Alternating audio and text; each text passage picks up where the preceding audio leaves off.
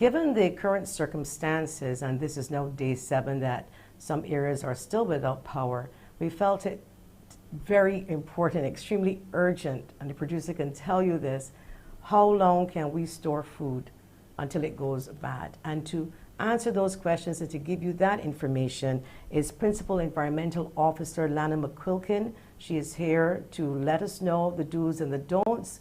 And I hope that every Barbadian right now, if you have power, that you're listening, because we are into day 7, and I'm pretty much sure that a lot of Barbadians lost a lot of food and disposed of it, but I'm concerned about those that have not. Lana McQuilkin, welcome to our show. How are you doing?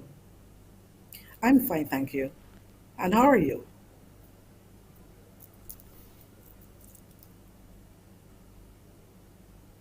Can you hear me now?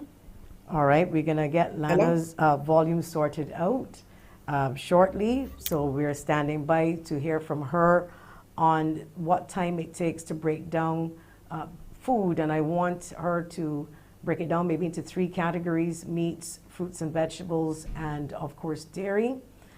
Many Barbadians lost a lot of food over the last couple of days. Lana, can you hear Can you hear me us? now?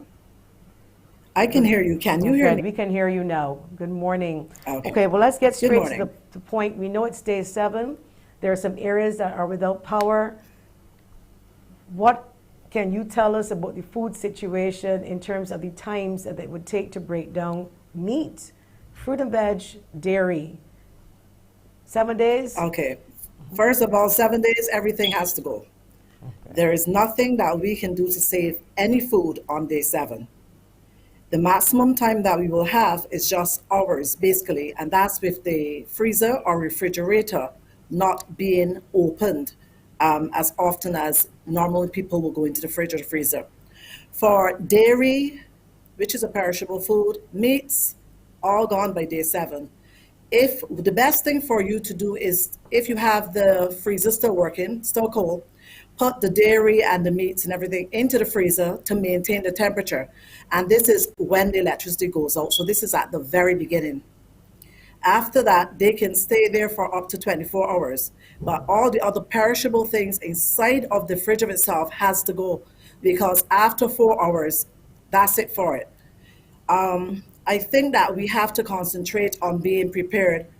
So in order to do that, we will have to get coolers and ice packs on hearing that there is going to be any type of bad weather, just in case the electricity goes.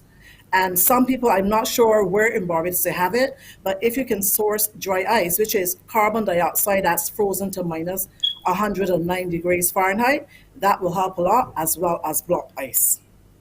So let me see if I can understand, because I lost my electricity Friday around 8. I bought ice at 3 o'clock Saturday. No, I did not open my fridge. My freezer, when I checked around 4 o'clock on the Saturday, I still had some ice in the middle. I proceeded to take bags of ice and I put them in Ziploc bags, and I packed all in the freezer part and the refrigerator part. But I also have what we call a deep freeze. So I took this big Yes. bag of ice and I shoved it right down onto the meat. No, my electricity came back on Sunday at 9 o'clock in the night.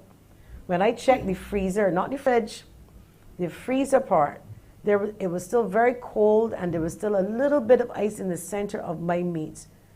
Are you saying today, because I ate some of that food yesterday, are you saying that I should be worried?